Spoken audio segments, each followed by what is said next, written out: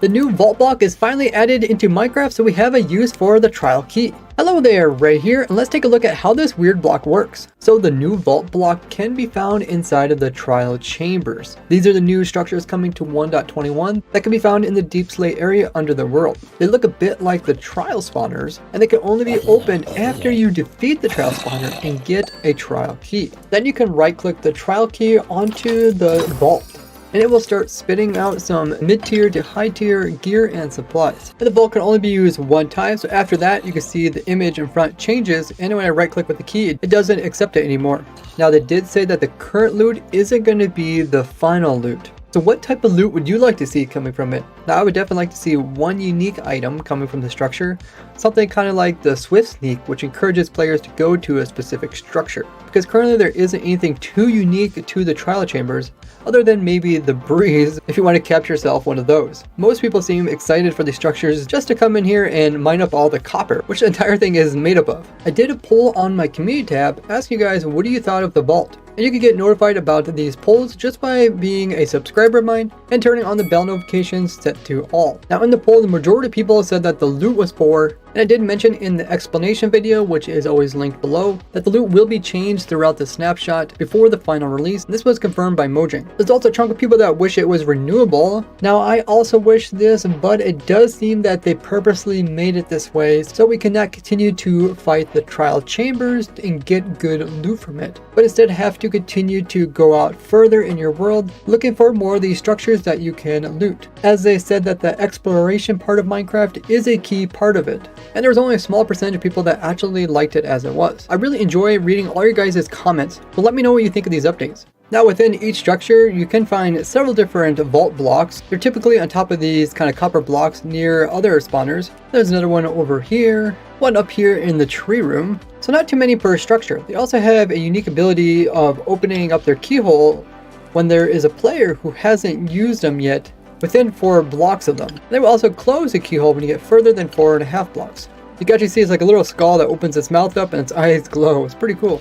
This also activates the particles and will show you the little different icons of the things that you can get from it, similar to like a mob spawner, except these are items, so it's pretty cool. So if I click on it right as it switches, you can see it then switches again and shows me the book. So even though it shows you some item, doesn't mean you're going to get that exact item. It just changes it up to some of the random items that come from the loot table. So let's take a look at some of the loot that you can get. So you can see we're getting some iron enchanted gear. We're also getting enchanted books, horse armor. We got some saddles, shields. We're also getting the actual diamond item as well as emeralds. And more rarely, we're getting some diamond gear, but also some enchanted golden apples. This doesn't mean that diamonds or enchanted golden apples are actually renewable, because we can only use one key on each of the vaults. So you'd have to keep exploring more trial spawners to get more diamonds, which it really wouldn't be worth doing comparing to just going out and doing some mining. So the main idea behind the vault is to have like a chest that multiple people can loot. The people come later to the structures can also get some loot, not just the first person visit it, but just like a normal chest, once you have looted it yourself, you can't come back and like re-loot it. So far it's mostly just gear for like mid-game. Now they did say that loot is going to be completely revised as the development continues. So we'll see if this is the case, or if it's like other times where they say the loot's going to change and it only changes a little bit between the snapshots and the final release. And the loot that these do give is the same loot that's used previously in the trial chambers. While I'm using keys on vaults, use your finger on the like button. Now the trial key also got updated with its looks, so that it looks similar to the vault. Not like the other trial spawners, it cannot be blown up. And because it's an NBT, it can't be moved with pistons. You can mine it, but it mines really slowly. Try to deter people from destroying these. That way other people can come in and get loot from them as well. Now there is customizations for the actual vault block for map makers. You can change out what items actually needed in order to open up. Here you can see for the natural ones to use the trial key. And you can also change out what items you want to showcase in the center, as well as the other data. So you can see it's closed for my left player, but if I come in with a different account and get within range, it will open up. But if you try to use a key from someone who already looted it, this is what happens. It makes a noise, but it doesn't accept your key. That's because the data of the block remembers which players are already rewarded. Now there is a state updating resumes at time. This is in game ticks and it continues to keep rising. So you're not able to use it, but if I give the key to the other account, they can then right click it and open it up. And now both players' information is collected here. So only by changing your player's information can you then reopen it up to use again.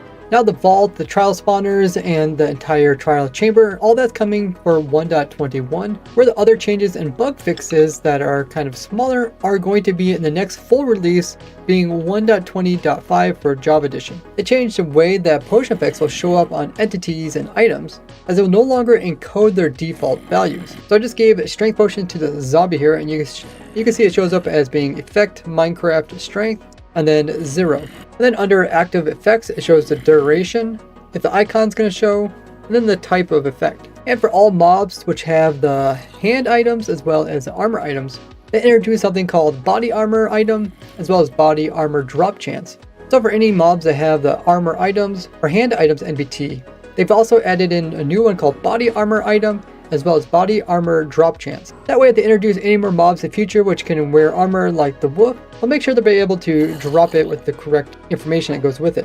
When renaming wolf armor, then putting it on your wolf, and then if the wolf would happen to die, the armor that you just renamed would lose its name, or any NBT related things. So it was changed to act like zombies when they pick up like your armor, and when they die, they still keep your name and all the other information. So the wolf armor will do the same thing.